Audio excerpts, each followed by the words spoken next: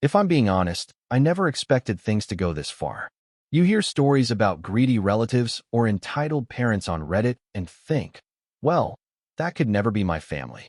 But here I am, 37 years old, writing this post with a knot in my chest and a canceled college fund as my only real sense of closure, at least for now.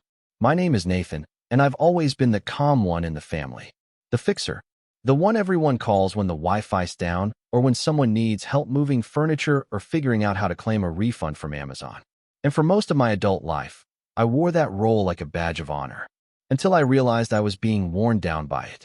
I'm the youngest of 3 siblings, older brother Mark, who lives 3 states away and keeps his distance, and my older sister Vanessa, who, well, let's just say she never quite grew out of the spotlight. If Mark's a recluse and I'm the peacemaker, Vanessa's the sun everything's supposed to orbit around. At least, in her mind. She's 42, married to a guy named Ray who thinks sarcasm counts as parenting, and together they have 2 kids, Max, who just turned 11, and Ellie, who's 8. I'm their only uncle who shows up consistently, remembers birthdays, and has a separate calendar just for their school events. I'm the one who drops off Lego sets, helps with science fair volcanoes, and taught Max how to ride his bike. I don't have kids of my own, never really felt the pull, but I take being an uncle seriously. Maybe too seriously. When Max was born, I opened a college savings account for him. Nothing flashy, just something modest that I planned to contribute to every birthday and Christmas. When Ellie came along, I did the same for her. It felt like the right thing to do. Vanessa and Ray weren't exactly rolling in cash, and I figured a little cushion for the future couldn't hurt. I didn't even tell them about it until Max was 5. I wanted it to be a surprise one day, a quiet kind of gift. But the moment I mentioned it, Vanessa clapped her hands and said, well, of course you would. You've always loved playing the favorite uncle. I laughed it off. Ray muttered something about how Max would probably blow it on a gaming chair anyway. Still, I kept contributing. Over the years, I started noticing little things. Vanessa would joke in front of Max that he'd better keep me happy so I wouldn't cut him out of Uncle Nathan's will. Ray would call me Mr. Trust Fund, in this mocking tone every time I paid for lunch. Max and Ellie started expecting gifts. Not hoping, expecting. I chalked it up to them being kids, being spoiled a little maybe, but nothing unmanageable. I mean, they were still polite, still excited to see me, until about a year ago, when that all started to change. Max's attitude shifted around 10, almost overnight. He went from wide-eyed and grateful to demanding and entitled. He once asked if I could upgrade his Switch because his friend had an OLED version. When I told him I wasn't going to do that, he just rolled his eyes and said, "You're rich. You can afford it." I don't even know where he got that idea. I'm not rich. I have a solid tech job, no kids, and I'm careful with money. But to a 10-year-old who's been told I'm loaded, I guess I look like a walking ATM. Vanessa didn't correct him. She just smirked and said, well, he's not wrong. Still, I bit my tongue. I always bit my tongue. I kept showing up to their house for birthdays and holidays with neatly wrapped gifts, smiles, and good intentions. I told myself that kids go through phases, that Vanessa had a sharp tongue but didn't mean anything by it. That Ray's sarcasm was just his way of bonding. I tried to believe it. I really did. This year, Max's 11th birthday felt like a chance to reset. I had put a lot of thought into his gift, a limited edition silver Beyblade set that I had to order from Japan. It wasn't cheap, but I remembered him saying he was getting into Beyblades again and how everyone at school had the coolest gear. I figured it'd be a nostalgic but trendy hit. I even printed out a custom label with his name etched on the box. It looked slick. I wrapped it in matte black paper, tied a gold ribbon around it, and tucked a card inside that read, "To Max, the best battles start with the right gear. Love, Uncle Nathan." I showed up to the party 15 minutes early, like I always do, carrying his gift and a 6-pack of craft root beer that I knew he liked. The house was already chaotic. Balloons everywhere, kids screaming in the backyard, Vanessa yelling instructions to Ray while he pretended not to hear her. I smiled through it all, handed off the root beer to the drinks table, and slipped Max's gift under the pile forming on the fireplace mantel. It wasn't until an hour later, when cake was smeared across half the table and Max was elbow-deep in a pile of torn wrapping paper, that he finally opened mine. The room quieted a bit. Vanessa had announced, "Ooh, this one's from Uncle Nathan," with a dramatic flair like I was the royal treasury. Max ripped off the ribbon, shredded the paper, opened the box, and froze. At first, I thought he was impressed. His eyes widened, and he looked at the glinting silver spinning tops nestled in their foam casing like he'd found treasure. But then he frowned. "Silver," he muttered. Vanessa leaned over. "Isn't that the one you wanted, honey?" Max's face scrunched up. "No, I said I wanted the gold one," he snapped, loud enough that a couple of the kids turned their heads. I blinked. "They don't make a gold version of this set, but this is the special edition. I thought." "I don't care," Max shouted, yanking the top out of the box and chucking it across the room. It hit the wall with a dull clatter and spun for a second before wobbling to a stop on the hardwood. "It's not what I wanted." The room went awkwardly silent. Ellie let out a quiet, "Oh." Ray, who was sitting on the couch with a plate of nachos, just let out a chuckle and said, "Well, guess you missed the memo, Uncle Nate." I didn't say anything. My mouth had gone dry. I looked at Vanessa, expecting her to step in, maybe scold Max, maybe make him apologize. Instead, she stood up, crossed her arms, and stared at me like I was the problem. "You better apologize to my son," she snapped. "He was really looking forward to the gold one." I blinked again. "Apologize?" "Yes," she said, like I was dense.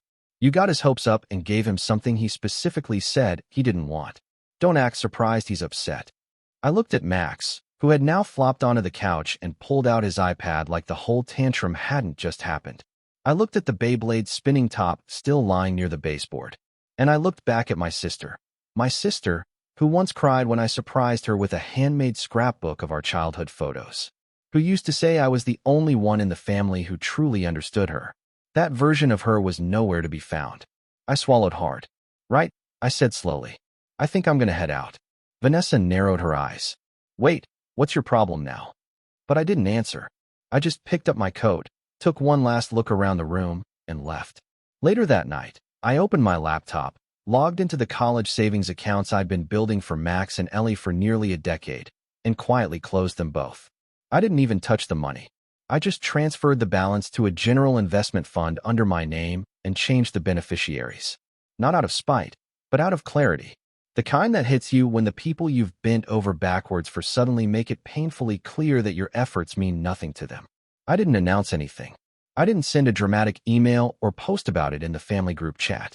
But the next time Vanessa texted me about Max's grades and asked if I'd still be attending his middle school graduation in June, I just replied with, "Guess he'll learn gratitude somewhere else." And that was just the beginning. It's strange how you can ignore 1,000 little paper cuts until the one that finally stings is deep enough to bleed. After Max's birthday meltdown, I tried to let it go. Maybe that sounds weak, but I've always been the one who keeps the peace. Even when things gnawed at me, I'd swallow the bitterness and convince myself that things would settle, that if I just gave it a little time, they'd realize they crossed a line. But time passed, and instead of reflection, I got radio silence. No apology from Max. No sheepish call from Vanessa. No, "Hey, sorry about how things went down" from Ray. Just silence. And then the texts started again. 2 weeks later, Vanessa messaged me casually like nothing happened. "Hey, Ellie's dance recital is next weekend. Think you can drive her to the dress rehearsal Thursday?" No greeting. No acknowledgement. Just a task. Like I was the family Uber. I stared at the message for a solid minute before typing back. "Sorry, I can't make it." No explanation. No excuse. Just a flat boundary. It felt weirdly satisfying. She read it within seconds. No reply. I didn't hear from her again for almost a month. During that time, I started reflecting more seriously on the way things had been for years. When you've always been the dependable one, people stop seeing your help as kindness and start treating it like obligation. I realized how often I had rearranged my schedule, spent my money, and bit my tongue, all to maintain some invisible thread of connection that no one else seemed interested in holding up. Mark, my older brother, had always kept his distance from the family. I used to think he was cold or aloof. But now, I wondered if he had just figured things out before I did. The real turning point came in early December. Christmas was always a big deal in our family, and even though my parents passed years ago, Vanessa had made herself the new host of the family holiday. She insisted everything happened at her house, and that she would handle it all. But of course, that meant the rest of us were expected to bring half the food, most of the decorations, and all of the gifts. This year, she sent out an email blast with a subject line that read, "Holiday Plan." And the message was just as cheerful and pushy as always. "Hey fam, so excited to host again this year.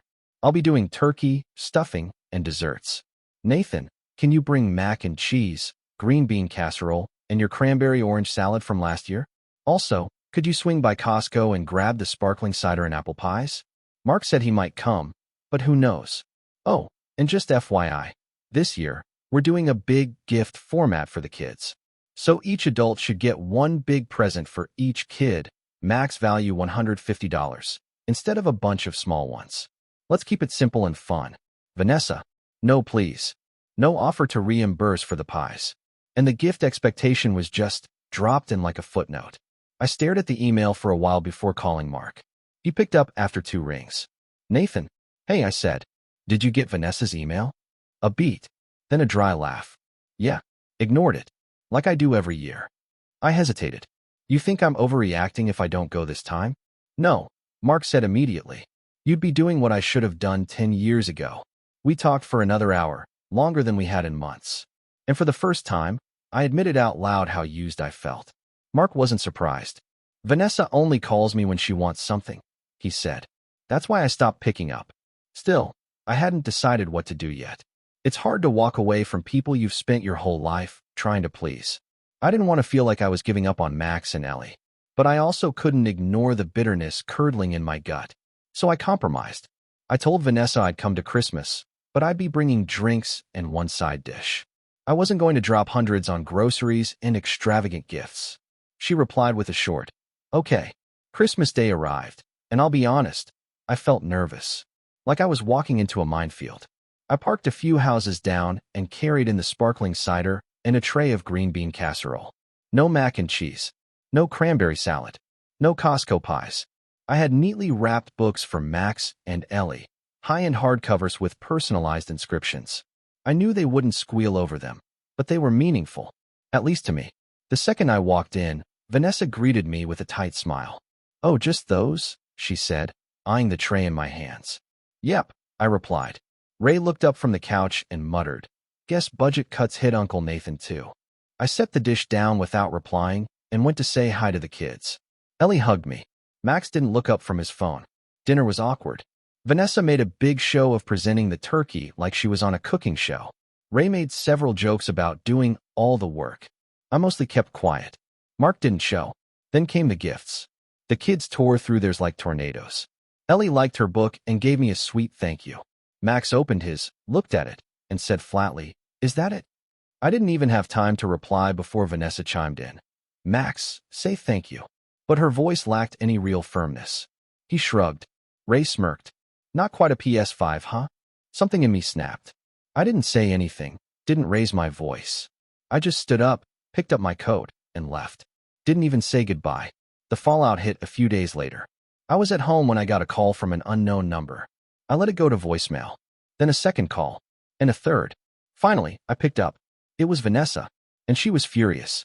"I just got off the phone with Ellie's guidance counselor," she snapped. "She said Ellie's college fund has been closed." "What is going on?" I paused. "I transferred it." "What do you mean you transferred it?" "I moved the money to another account," I said calmly.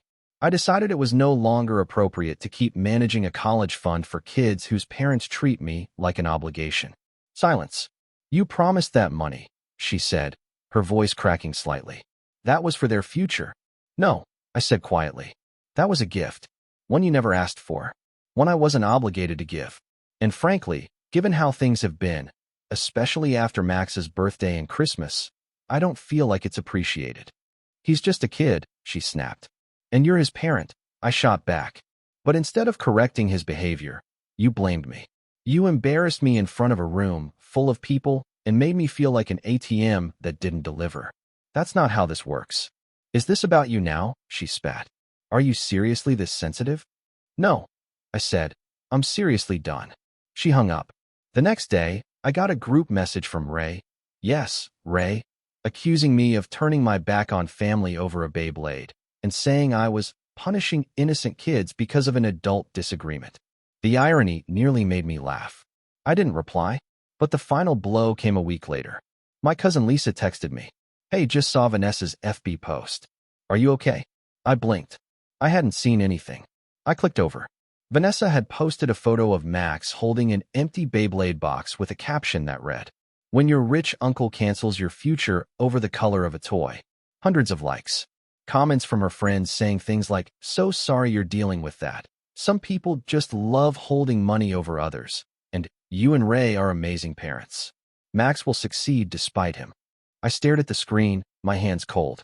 It wasn't even about the money anymore. It was the betrayal, the public smear, the twisting of everything I had done. Years of quiet support, gifts, school pickups, recitals, fund transfers, reduced to a tantrum over a silver toy. I closed the app. My phone buzzed again, but I didn't look. Because at that moment, something inside me shifted. I had tried everything: gentleness, patience, distance, boundaries. None of it worked. It was time to stop being the fixer. It was time to be the storm. And if they thought pulling a stunt on Facebook was bold, they hadn't seen anything yet. If there's one thing you learn when your own family throws you under the bus, it's this: rock bottom doesn't feel like a crash. It feels like a slow, echoing silence. After Vanessa's Facebook post went semi-viral among her circle of suburban sympathy seekers, my phone turned into a grenade. Notifications pinged constantly. People I hadn't spoken to in years were tagging me in comments, asking vague questions in my DMs, or sending half-hearted, "Are you okay?" texts that felt more like gossip probes than genuine concern. A former coworker even sent me a screenshot with the caption, "Bro, is this about you?" I didn't respond to any of it. At first, I thought I could just wait it out, ignore the storm, and let it pass. But silence is a tricky thing. It gives other people the space to rewrite your story. And Vanessa? She wasn't just rewriting it. She was directing a full-on drama. I found out from Mark that she had told most of the extended family that I had withdrawn all of Max and Ellie's college money out of spite, that I had embarrassed her son on his birthday in front of their friends. And this was the kicker, that I was financially unstable and probably needed the money back. That last one hurt more than I expected. Not because it was ridiculous, my finances were fine, but because it came from her. The same sister I once bailed out when she missed 2 rent payments. The one who cried on my shoulder when Ray lost his job for 6 months. The one who asked me to co-sign on her second car loan. I didn't do it, thankfully, but the fact that she asked still lingered in my memory like a bruise. What hurt even more? Most of the family believed her. Or if they didn't want to get involved. Mark stayed quiet for the most part.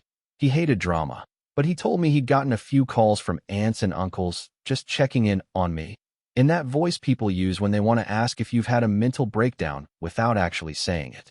And me? I shut down. For the first time in a long time, I started ghosting people, skipping group chats, letting birthday reminders slide by without a text. Even my coworkers noticed I was quieter. I stopped going out after work, stopped cooking, stopped doing much of anything except showing up to work, paying my bills, and retreating into bed with noise-canceling headphones and reruns of shows I didn't even like. I'd always been the dependable one, the calm one. But now, I felt like the joke. And the worst part? I missed the kids. I missed Ellie's random facts about horses, Max's old excitement when I'd bring over a new board game. I even missed the chaos of their house on holidays, the noise, the smell of overcooked turkey, the laughter from when things still felt real.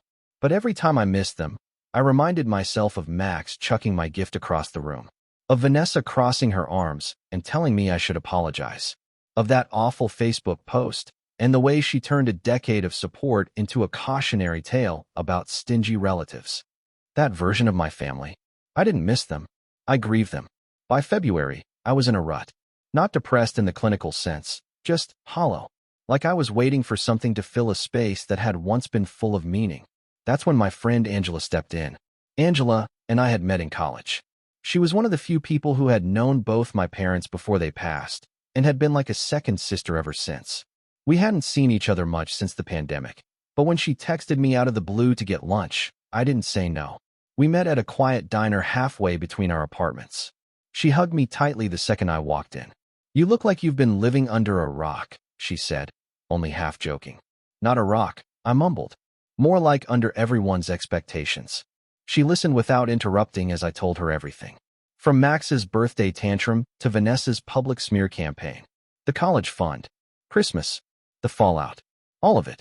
When I finished, she sat back, looked me dead in the eye, and said, "You know what your problem is? You've been playing the hero in a story written by people who don't want one." I blinked. "What does that even mean?" "It means," she said, leaning in, "you keep showing up like you're going to be rewarded for doing the right thing. But your sister and her husband? They don't want a peacemaker. They want a punching bag that doesn't talk back." That hit me harder than I expected. Angela didn't try to fix me. She didn't offer a dozen feel-good quotes about forgiveness or family. Instead, she said this: "You need to rebuild. But not for them. For you." And that's when something in me finally clicked. Not all at once. Not like some movie montage where I suddenly become a new man. But little by little, I started pulling myself out of the hole. First, I cleaned my apartment. Like deep cleaned it. I threw away boxes of old junk I had been holding onto for no reason. Half of it was from Vanessa's kids. Art projects, broken toys, holiday cards that suddenly felt like guilt traps. I didn't burn them. I just let them go. Next, I took a week off work and went upstate. Booked a small cabin, brought a stack of books, and left my phone on airplane mode for 4 days. I didn't even tell anyone I was going. Just disappeared. It was the first time in years that I wasn't on call for someone else's drama. Then I restructured my finances. I moved the college fund money into a high-yield portfolio and earmarked it for something else, something that would actually bring value to the world. I wasn't sure what yet. Maybe a scholarship fund for foster kids. Maybe a mentorship program. But not for Max. Not anymore.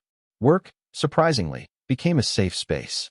I started leaning more into projects I actually cared about. Volunteered to lead a development sprint for a new educational app. The team was surprised. Apparently, I'd been coasting quietly for a while. My manager pulled me aside one day and said, "I don't know what's changed, but I like this version of you." I laughed. Me too. By April, I had taken up running again. Nothing crazy, just morning jogs around the park near my place. The physical momentum helped my brain catch up. I started feeling like myself again. Or maybe a better version of myself. One who didn't feel responsible for fixing broken people who didn't want to be fixed. Still, Vanessa wasn't done. In late May, she sent me a long email with the subject line, "Let's talk about what really happened." I almost deleted it. But I opened it. It was 4 paragraphs of carefully crafted manipulation. She said she'd been reflecting, and that she never meant to make things so public. But also that I had blindsided her and abandoned her kids without warning. She claimed Max cried for days after the college fund disappeared, and that Ellie was confused why Uncle Nathan stopped loving them. That last part twisted the knife.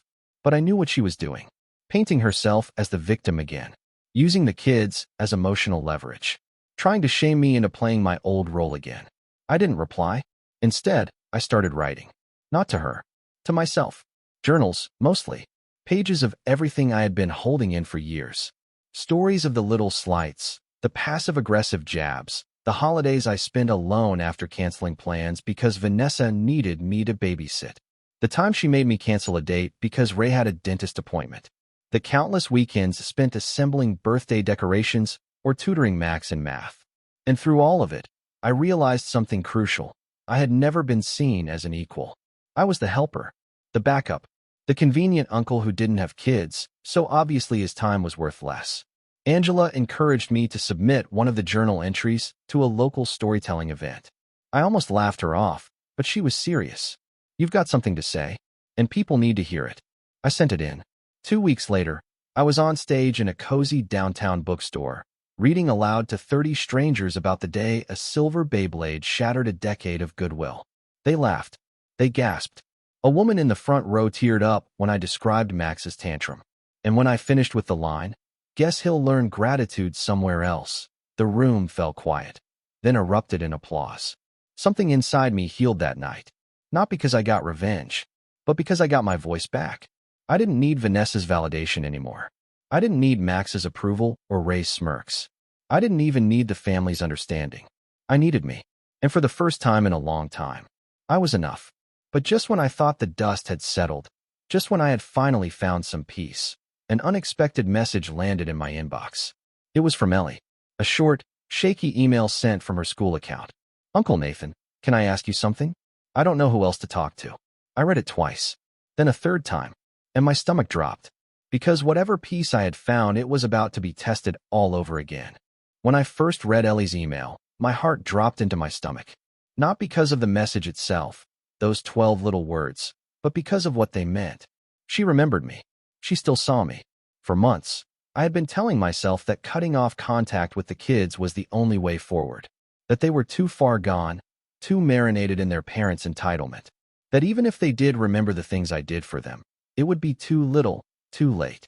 But now, staring at this timid little email from a school account, sent at 3:07 p.m. on a Tuesday, I realized I had been wrong. Ellie wasn't gone. At least, not yet. She was reaching out, and I had a choice to make. I stared at the blinking cursor for 10 minutes before I typed a reply. Hey Ellie, of course you can. I'm here. I hit send before I could overthink it. The reply came 2 hours later. This one was longer. Rambling. Awkward in the way only an 8-year-old could write, but painfully honest. It's just, Mom says you're mad at us, but I don't know why.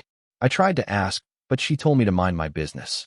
I asked Max, but he just said you were selfish and took away our money. But I don't think you would do that. You always helped with my homework and remembered my recital. And I still have the storybook you gave me last year. The one with the horses. I don't care if Max is mad. I miss you. I had to close my laptop for a few minutes and just breathe. This wasn't revenge. This wasn't some power move. It was a small, shaking hand reaching through the mess, asking for truth. And truth, I had plenty of. But I also knew what would happen if Vanessa found out we were talking behind her back. The moment she caught wind of this, she'd cut Ellie off, spin the narrative, and weaponize the poor girl's loyalty like she did with everything else. So I didn't send a big explanation. No lectures. No accusations. Just this. I miss you too. I'll always be your uncle. If you ever want to talk or ask questions, you can email me here anytime. No pressure. I'm still cheering for you. Over the next few weeks, Ellie and I exchanged emails like secret pen pals. Nothing dramatic. Just small things. A drawing she did at school, a joke she heard from her friend, a question about how to bake brownies. I kept my responses light. Supportive. Never asking questions about her parents. Never pushing. But kids, they're smarter than we give them credit for. One day, she sent me a message that read, "Do you think it's okay to feel sad when your parents are mean to people?" And later, Mom said Max is the one who deserves things because he's the oldest. That I need to stop being jealous when he gets more. But I wasn't jealous. I just wanted to say thank you for my book, and she said to stop trying to make her feel bad. That's when I knew. This wasn't just a broken family dynamic. This was a pattern. Vanessa's favoritism wasn't just annoying, it was strategic. Max got coddled, praised, spoiled. Ellie got guilt-tripped, minimized, and shamed for speaking up. It explained so much. The way Ellie had always been quietly anxious, overly polite, always trying to earn love.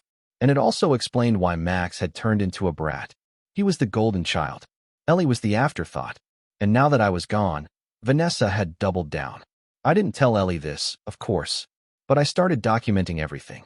I backed up every email, saved every drawing, every message, every timestamp. I bought a separate external hard drive and labeled the folder Ellie, just in case. Because something told me Vanessa wouldn't let this continue for long. I was right. Mid-June, I got a call from an unfamiliar number. I didn't answer. Voicemail. It was Ray. "Hey, just wanted to give you a heads up. Vanessa saw something on Ellie's laptop while checking her homework and found out you two were emailing. She's not happy. Says you're trying to turn our daughter against us. I don't really care, but she's threatening to block everything and maybe talk to a lawyer, so, yeah. Thought you should know." I saved the voicemail.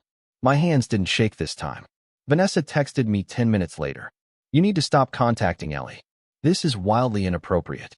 She's a child." I stared at that message for a long time. The irony wasn't lost on me.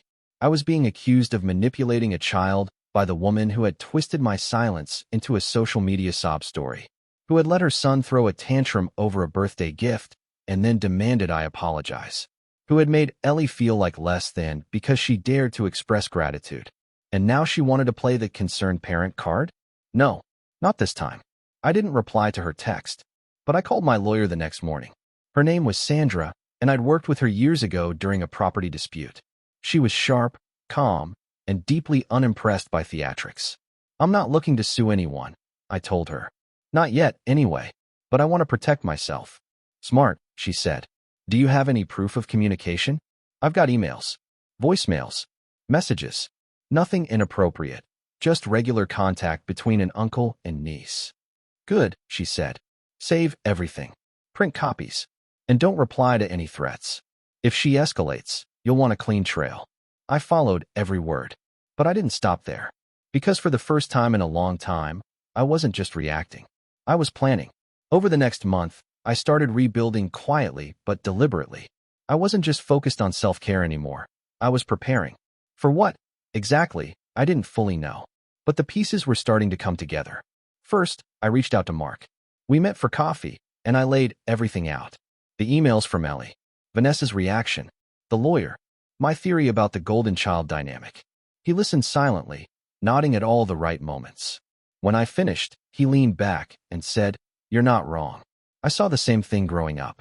Mom always doted on Vanessa. Dad ignored it. She learned to get what she wanted by making a scene. Max is just the latest version of that. Ellie doesn't deserve this," I said. "She's smart. Kind. She just wants to be seen." He sipped his coffee. "So what do we do?" That surprised me. I had expected indifference. But Mark, in his quiet, distant way, was offering support. "I have a plan," I said slowly. "But it's going to take time. And I can't do it alone." Mark nodded once. "Whatever you need." That night, I started writing something. It wasn't a letter. Not exactly. It was more like a statement. A clear, chronological account of everything that had happened, from Max's birthday to Vanessa's Facebook smear, the college fund, Ellie's emails, and the threats. I didn't write it for Vanessa. I wrote it for Ellie, because someday, she might need to know the full truth. I included copies of the emails, screenshots, the voicemail from Ray. I kept my tone measured, factual, kind, not accusatory, just honest. When it was done, I sealed it in a manila envelope, wrote, "For Ellie, when she's older," on the front, and gave it to Mark for safekeeping. "Why me?" he asked. "Because if Vanessa finds it here, she'll destroy it." He nodded again. But I still wasn't done. Angela helped me set up a small nonprofit. Just a placeholder for now, no donations, no publicity. Just a name, a mission statement, and a skeleton structure. The name? Second Chances Fund. The mission? To provide mentorship, scholarships, and emotional support for overlooked kids, especially those stuck in toxic family systems. I filed it quietly. Funded the seed money with what used to be Max and Ellie's college fund. Not as revenge, but as redirection. If Vanessa didn't want the support, someone else would. And then, as summer turned to fall, the opportunity finally came. It was Ellie's 9th birthday. No party, no big bash. Just a Facebook post from Vanessa that read, "Happy 9th to our sweet Ellie. She's growing up so fast." One photo. No gifts. No cake. No friends. Just her and Max on the couch. He's holding a brand new iPad, and she's clapping for him. Clapping. On her birthday. Angela sent me the screenshot. "Tell me you see it," she wrote. I did. I saw everything. And I knew, with more clarity than I'd ever felt before. It was time to act. Not out of anger. Not out of spite. But because the best revenge isn't loud. It's undeniable. And they'd never see it coming. I waited until November. Not out of hesitation. I waited because revenge, real revenge, the kind that doesn't scream but echoes, takes time. Time to prepare, to protect, to ensure that when the pieces fall, they fall in such a way that there's no resetting the board. And by the time the leaves had turned and the air got sharp, every piece was in place. Ellie's emails had stopped in early September. Just like I feared, Vanessa must have discovered them. Her last message had simply read, "Mom said I'm not allowed to talk to you anymore. I'm sorry." No signature. No emojis. No drawings. Just silence. I didn't reply. I couldn't risk getting her in trouble. But I made a vow that day, quiet and unshakable. She would not grow up thinking this was normal. She would not grow up believing that being forgotten or silenced was love. And so, I played the long game. You already know about the Second Chances Fund, the nonprofit I started with the money that once belonged to Max and Ellie. What I didn't tell you yet is what I did with it.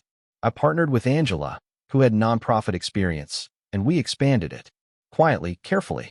We offered mentorship programs through local schools, small grants, essay competitions for middle schoolers who showed creativity and resilience despite unstable homes. And I never said this publicly, but every single contest was designed to look for kids like Ellie. I built the program from the ground up, all under a pseudonym. No one outside a small circle even knew I was involved. Not even the kids who applied. But behind the scenes, I watched. Waited. And then, in November, her school counselor reached out. Not to me, Angela. She said one of her fourth graders had submitted a personal essay to our writing contest that made her pause. It was titled Things I Wish Adults Would Say, and it was raw. Simple sentences. Painfully honest. The counselor didn't give a name, but she said the essay described a girl who was always clapping for other people's birthdays, who felt like a background character in her own family, and who missed someone who used to believe I was important just because I existed. Angela showed me the essay. There was no doubt. It was Ellie, and it crushed me, but it also confirmed something. She still remembered, still held on, still hoped. We brought her essay to the panel. It won first place unanimously, and with that, the door opened. Here's where things start moving quickly. The awards ceremony was set for early December, a small, cozy event at a local library. Nothing flashy, just framed certificates, gift cards, and the opportunity for students to read their essays if they wanted to. Angela sent the invites herself. One for Ellie, one for her parents. I didn't attend the ceremony publicly. I sat in the back, in plain clothes, behind a column. Angela ran the show. Ellie came. Vanessa and Ray did not. Not even for their daughter's award. Ellie walked up alone, clutching the envelope Angela gave her with a $500 scholarship inside and a certificate printed with her name. She read her essay, voice shaking, eyes darting to the back of the room as if she were still afraid of being told to stop. People clapped. Angela teared up. And me? I just sat there, still as stone. That was the moment I knew. They didn't deserve her. But she still deserved everything. And now it was time.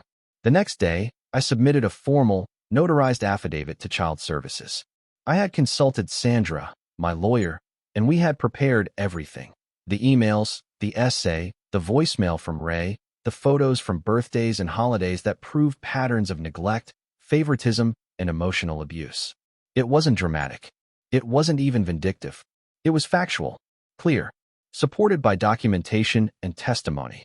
I didn't accuse Vanessa and Ray of being monsters, but I made the case that Ellie was being emotionally neglected in a way that was affecting her development, and that she was actively reaching out to adults outside the home for validation, safety, and self-worth. And in cases like that, the state listens. I wasn't expecting custody. I didn't even apply for it. But I was named as a willing third-party relative, which meant the system had to follow up. And they did. Within 2 weeks, a social worker visited Vanessa's home. She asked about Ellie's emotional well-being, about her relationship with Max, about her parents' availability and communication. She noticed the way Vanessa cut off Ellie mid-sentence, the way Ray sat on the couch and mocked the process while sipping beer, the way Max, now 12, rolled his eyes and said, "She's just trying to get attention." The social worker also had a copy of Ellie's essay and a photo of her clapping while Max opened presents on her birthday. Vanessa lost it when she found out who submitted the affidavit. She called me 3 times in one day, screaming voicemails, threats, crocodile tears. She accused me of weaponizing the system, of trying to steal her daughter, of manipulating a child into betraying her family. I didn't respond, but Sandra did, with a formal cease and desist, along with a reminder that all communication going forward should go through legal channels. And then came the breaking point. The school district, prompted by the Child Services report, launched a mandatory family review. Vanessa, trying to save face, posted a furious Facebook rant accusing me of trying to adopt her daughter for likes and lying about abuse. It backfired, because in her post, she included screenshots of Ellie's emails to me. Private, vulnerable, emotional. And that was a massive mistake. Child Services was already watching. And posting a minor's private communication on a public forum, without consent, was a serious breach of privacy. When they confronted her about it, she doubled down. Blamed me. Claimed Ellie had no business saying those things anyway. Ellie heard the fallout. The counselor said she showed up at school quiet, withdrawn, refused to participate in class. But one day, she asked her teacher, "Can I write a new essay?" And she did. It was titled, "Things I Wish They Understood." This time, she didn't hold back. She talked about what it felt like to be the forgotten child. About how Max could break rules and be called just spirited, while she got lectured for crying. About birthdays she didn't get, recitals they didn't attend, books she read alone. About how someone outside her house had made her feel safe, and how her parents called that manipulation. Child Services read it. And that was the final piece. In January, a judge approved a 6-month temporary guardianship arrangement. Not full custody, not permanent, but enough. Ellie came to live with me the next week. She arrived with one suitcase. No goodbye from Vanessa. No wave from Ray. Just a scowl from Max as she climbed into my car. She didn't speak the whole drive. But when we got to my apartment, she walked straight to the spare room. Painted pale blue, with bookshelves already stocked and a desk by the window, and sat on the bed. I knelt down. You don't have to say anything, I told her. Just know you're safe now. This is your space. She looked at me. Her eyes were red. Can I read before bed? I smiled. You can do anything you want. That night, as I passed her room to go to sleep, I heard the faintest sound. A single clap, and then another. Soft. Rhythmic. She was clapping for herself. Vanessa tried to get her back. Of course she did. Claimed I had stolen her daughter, and filled her head with lies. But the damage was done. Her post went viral, but not the way she wanted. People didn't rally around her. They saw the screenshots, the essays, the story, and they turned. Ray lost his job after HR found the post and deemed it publicly inappropriate behavior. Vanessa's PTA board asked her to step down. Even Max started to act out, suspended twice for disrespecting teachers. No longer the golden child, now just a brat without a pedestal. And Ellie? Ellie bloomed. She started journaling, drawing, joining clubs. She made a new friend named Nina who came over every Saturday to bake cookies and talk about their favorite books. She won another essay contest in April. This one was titled, What I Would Tell My Younger Self. The last line of her speech? You are not invisible. You are just standing in the wrong spotlight. The room went silent, then erupted. And me? I stood in the back again, hands in my pockets, heart in my throat. Because in that moment, I knew. I hadn't just taken her in. I had given her back to herself. Vanessa never apologized. She never admitted fault, never asked for forgiveness. But it didn't matter. Because revenge isn't always about destruction. Sometimes it's about redemption. And seeing Ellie, strong, proud, radiant, was the most satisfying revenge I could have imagined.